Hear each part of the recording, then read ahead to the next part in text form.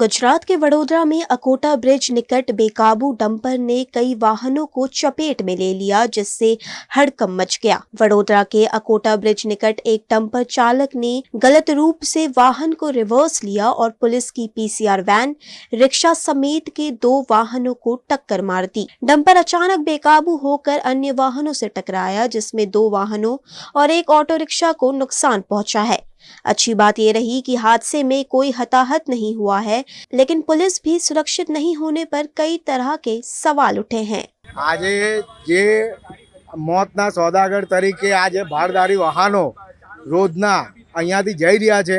આજે જે ઇસ્યુ થયો આપણે જોઈ શકીએ છીએ। આગળ એક બાઇકવાળાને અથાડીને આવ્યો, પોલીસની ગાડી જે હતી જીપ હતી, પોલીસની જીપને અથાડી। એટલે અત્યારે પોલીસ પણ સુરક્ષિત નથી। ભારદારી વાહનનો સમય અલગ આપવામાં આવેલો છે। આ જગ્યાએ અત્યારે ભારદારી વાહનો કેમ અહીંયાથી જઈ રહ્યા છે અને આપણે જોઈ શકીએ છીએ કે ટ્રાફિક પોલીસ અલગ અલગ પોઈન્ટો અલગ અલગ જગ્યાએ ઊભા રહે છે। મન ફાવે એમ પબ્લિક જોડે જે છે એ આપણે દંડ વસૂલી રહે છે, પણ આવા વાહનો એમને નહીં જતા દેખાતા નથી। આ મોતના સોદાગર તરીકે ફરનારા વાહનો છે। આજે આપણે જોઈએ અટલાદા બ્રિજ ઉપર જ્યારે એક એક્સિડન્ટ થયેલો ત્યારે એક મૃત્યુ થયેલું। એવા તો ઘણા કેસીસ છે કે આ ભારદારી વાહનો ના કારણે મૃત્યુ લોકો પામે છે, પણ એ લોકો ઉપર કોઈ લગામ નથી અને મન ફાવે એમ એ લોકો મોતના સોદાગર તરીકે ફરતા હોય છે। આ એ લોકોની પોલીસની રહેમ નજર છે, વીએમસીની જે ભ્રષ્ટાચાર કરી રહ્યા છે, આ લોકોને કટકી મળી રહી છે। બાકી આ ભારદારી વાહનોનો સમય છે જ નહીં। તો અહીંયાથી અત્યારે જ્યારે નાના નાના પુલકાઓ સ્કૂલેથી છૂટતા હોય, આજે કોઈને એક્સિડન્ટ દ્વારા મૃત્યુ પામશે તો એના જવાબદાર કોણ રહેશે?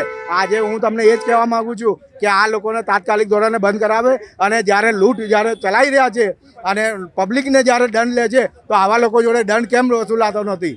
મારો આ સ્પષ્ટપણે સવાલ છે। अकोटा गाम है। अकोटा गाम बाजू में अकोटा ब्रिज है। साइड में डम्पर निकळ्યું છે અને ડમ્પર નીકળતા એક રિક્ષા નીકળી ત્યાંથી અને રિક્ષાવાળાએ તો કીધું કે જોઈને ચલાવી દે। બંને જણાની બહેસ મારી ચાલતી હતી। એમાં બીજો એક જણો આવ્યો કે તને ચલાવતા આવડતું નથી એમ છે ફલાણું। ડ્રાઈવરની કોઈ ભૂલ નથી, એને ઉતારી દીધો સાઈડમાં અને અંદર એ બેસી ગયો। એના અંદર પોલીસની ગાડી આવી એટલે પોલીસની ગાડીને બી ઠોકી અને જે પાછળ ફેમિલી જોડે રિક્ષા હતી એને બી ઠોકી। હા, નુકસાન તો કાચ તૂટી ગયા છે, પોલીસની ગાડીને બી કાચ તૂટી ગયા છે। એમ તો બહુ પોલીસ બી આવી ગયેલી, પોલીસ બી બહુ આવી ગઈ, વાગ્યું કોઈને નથી।